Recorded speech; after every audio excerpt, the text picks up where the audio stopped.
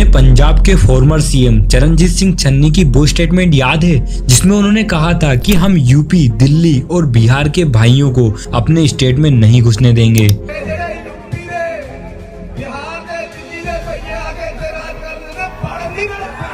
ये बात भले ही उन्होंने पंजाब में बोली गई हो, पर ये तो हम सब जानते हैं कि पूरे भारत में ही बिहार के लोगों को इतनी ज्यादा हेट मिलती है। आज के टाइम पर बिहारियों को लेकर ज्यादातर लोग इतने ज्यादा इग्नोरेंट हो गए हैं कि बिहारियों पर बने हार्मफुल स्टीरियोटाइप्स को कॉमन जोक्स के रूप में यूज कर रहे हैं। अबे चल ना बिहारी, और आज के बाद मेरे को कॉल मत कर दियो, ठीक है?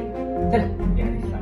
कुछ दिन पहले ही न्यूज आई थी कि बिहारी माइग्रेंट्स को तमिलनाडु के अंदर मारा जा रहा था, और सिर्फ तमिलनाडु से ही नहीं बल्कि महाराष्ट्र से भी ऐसे केसेस आते रहते हैं। ये डिस्क्रिमिनेशन इतनी ज्यादा बढ़ चुकी है कि विकिपीडिया पर एंटी बिहारी सेंटीमेंट पर एक पूरा पेज बना हुआ है। तो यह सवाल आता है कि why so much hate against Bihari's? आखिर एक ही देश में बिहारियों से इतनी ज्यादा नफरत क्यों? तो इसको समझने की कोशिश करते हैं आज के इस डिटेल वीडियो में।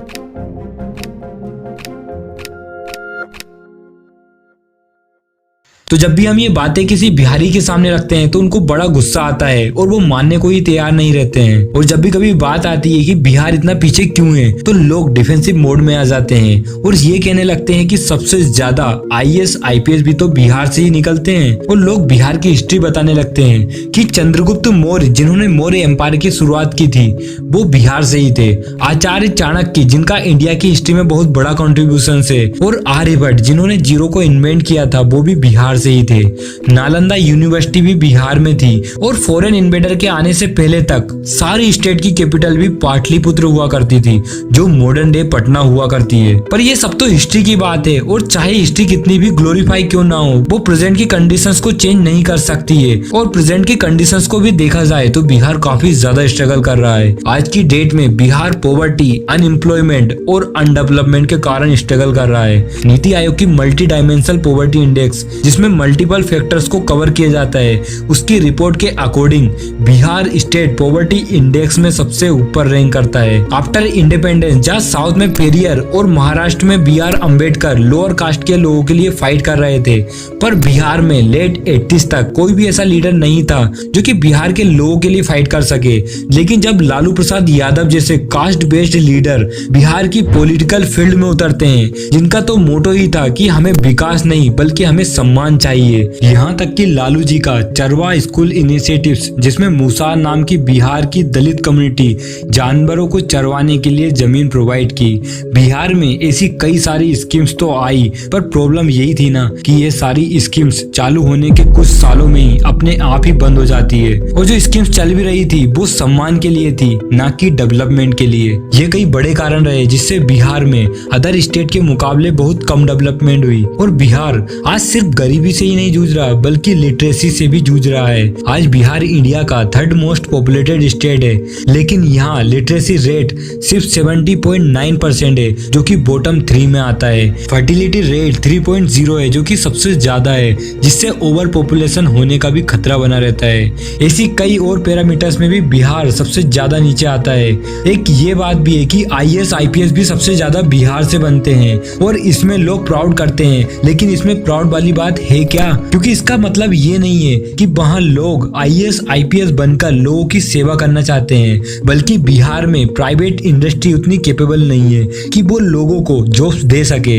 यानी गवर्नमेंट का भी इसमें एक बड़ा फॉल्ट है, और सारे लोग आईएएस आईपीएस बनने की दौड़ में लग जाते हैं, जिससे जिस फैमिली की फाइनेंशियल कंडीशन ठीक नहीं रहती है, और वो भी अपने बच्चों को इस दौड़ में लगा देते हैं, और उसका सिलेक्शन नहीं हुआ तो यही सब लोग उसे ताने भी मारते हैं। और जब बिहार में जॉब्स नहीं मिल पाती है तो लोग दूसरे स्टेट में माइग्रेट होने लगते हैं, जिससे ऑब्वियस है कि जब किसी दूसरे स्टेट में बड़ी संख्या में माइग्रेंट्स आने लगते हैं तो उस स्टेट की डेमोग्राफिक्स चेंज होने लगती है, और उस स्टेट में जो लोग पहले से रहते हैं उनके रिसोर्सेज भी कम होने लगते हैं, जिससे लोगों में इन लोगों के लिए हेट्रेड बढ़ने लगती है। पर अब इस ग्राफ को देखेंगे तो आपको समझ में आएगा कि हर 100 रुपए जो सेंट्रल गवर्नमेंट बिहार से कलेक्ट करती है, उसके बदले वो बिहार पर 219 रुपए खर्च करती है। बेसिकली यहाँ होता ये है कि सेंट्रल गवर्नमेंट हर स्टेट से पैसे कलेक्ट करती है और फिर हर स्टेट को उनकी पॉपुलेशन और पॉवर्टी के बेसिस पर फंड एलोकेट कर देती है। पर यहाँ पर दिक्कत आती है क्योंकि साउथ इंडियन स्टेट अपनी पॉपुलेशन के हिसाब से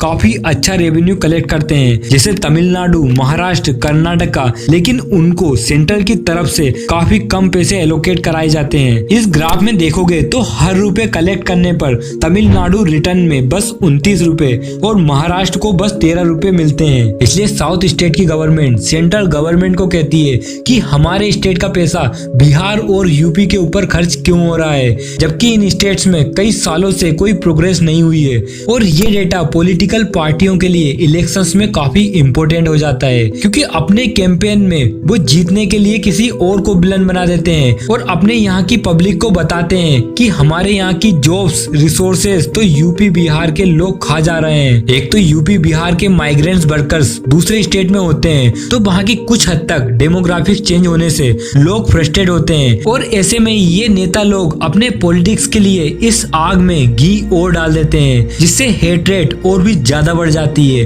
2008 में महाराष्ट्र में बिहार के माइग्रेंट वर्कर्स को मारकर भगाया गया था। तब वहाँ ये नारा दिया था कि एक बिहारी 100 बीमारी। बिहार में पॉवर्टी, अनएम्प्लॉयमेंट ये सब समस्या है, पर हम सभी को ये अथॉरिटी नहीं मिल जाती है कि हम उन्हें क्रिटिसाइज करें, क्योंकि बिहार हमारे ही देश का है और यहाँ के लोग भी हम में से ही है।